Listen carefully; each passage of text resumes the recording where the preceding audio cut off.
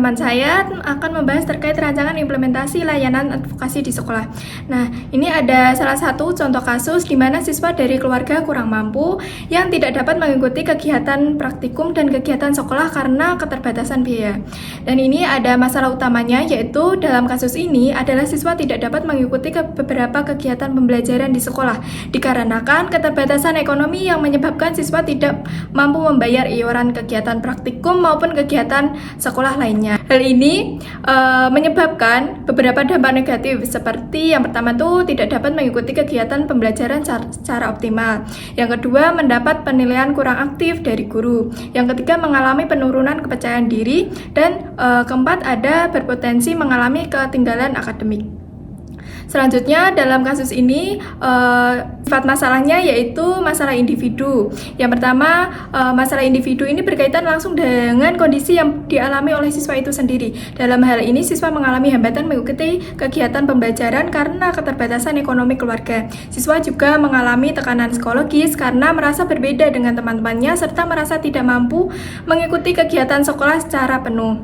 Yang kedua, ada masalah sistematik, di mana hal ini berkaitan dengan kebijakan atau sistem yang ada di sekolah.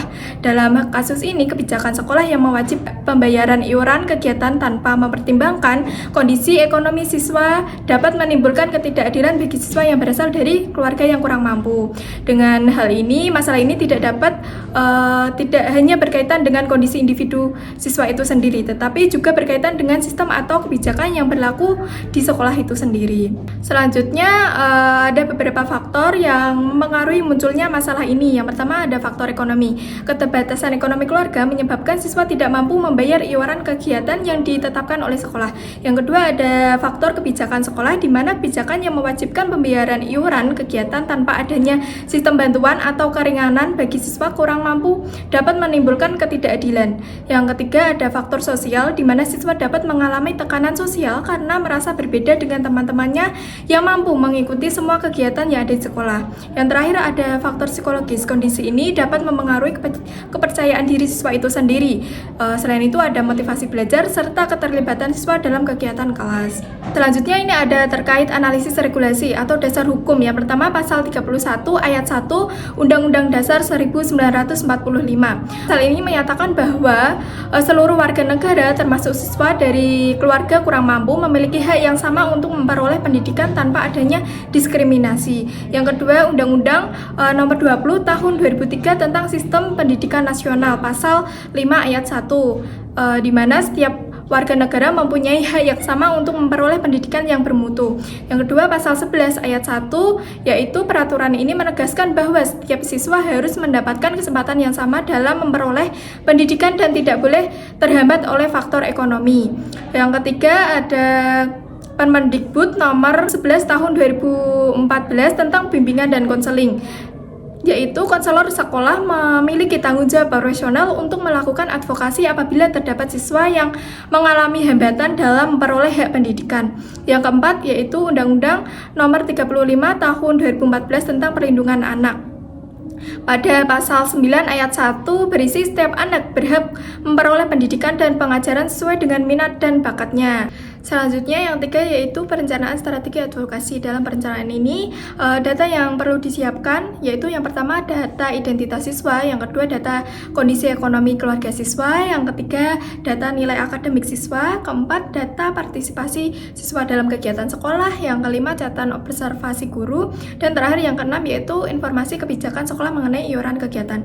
Data tersebut digunakan sebagai dasar dalam menyusun argumentasi advokasi kepada pihak sekolah. Pada rencana langkah advokasi secara sistematis, menurut Stone dan Dahir tahun 2015 terdapat beberapa langkah, yaitu yang pertama ada identifikasi masalah, di mana di situ ada beberapa tahapan. Yang pertama ada laporan dari wali kelas, yang kedua ada pengamatan terhadap keaktifan siswa di kelas, yang ketiga ada keluhan yang disampaikan oleh siswa dan informasi dari guru mata pelajaran. Nah, pada tahapan-tahapan ini, konselor berusaha memahami secara menyeluruh kondisi yang dialami oleh siswa, serta dapat mengidentifikasi dampak dari permasalahan tersebut terhadap perkembangan akademik maupun psikologi siswa. Nah, tujuan dari tahap ini sendiri adalah memperoleh gambaran awal mengenai masalah yang terjadi sehingga dapat ditentukan langkah advokasi yang tepat. Kemudian yang kedua yaitu mengumpulkan informasi tambahan, di mana di sini dilakukan melalui beberapa metode. Yang pertama, wawancara dengan siswa. Di situ kita bisa melihat bagaimana kondisi ekonomi keluarga siswa, perasaan siswa terhadap situasi yang dialaminya, kemudian pengalaman siswa ketika tidak dapat mengikuti kegiatan di sekolah, dan kita mencari tahu tentang dampak yang dirasakan siswa terhadap proses belajarnya. Yang kedua, wawancara dengan wali kelas, di mana konselor bisa memperoleh informasi mengenai keaktifan siswa di kelas, kemudian prestasi akademik siswa, dan juga sikap siswa selama kegiatan pembelajaran. Kemudian yang ketiga, wawancara dengan guru mata pelajaran. Yang keempat, bisa melakukan wawancara dengan orang tua, melakukan observasi, dan juga melakukan dokumentasi, yang dimana dokumentasinya itu bisa mencakup nilai akademik siswa, catatan keadaan siswa, catatan kegiatan praktikum, atau kebijakan sekolah terkait iuran kegiatan. Kemudian yang ketiga yaitu mengidentifikasi stakeholders, di mana yang terlibat itu antara lain adalah yang pertama yaitu konselor sekolah, kemudian wali kelas, kepala sekolah, guru mata pelajaran, dan juga orang tua siswa. Yang keempat itu kita bisa meneliti sejarah tentang advokasi, di mana kita sebagai konselor dapat melakukan beberapa hal nih. Yang pertama, mempelajari aturan sekolah terkait iuran kegiatan praktikum, kemudian meninjau apakah terdapat program bantuan bagi siswa kurang mampu. Kemudian kita bisa melihat nih apakah sekolah pernah memberikan keringanan biaya kepada siswa lain, dan juga kita bisa memeriksa apakah terdapat program beasiswa atau bantuan untuk pendidikan siswa tersebut.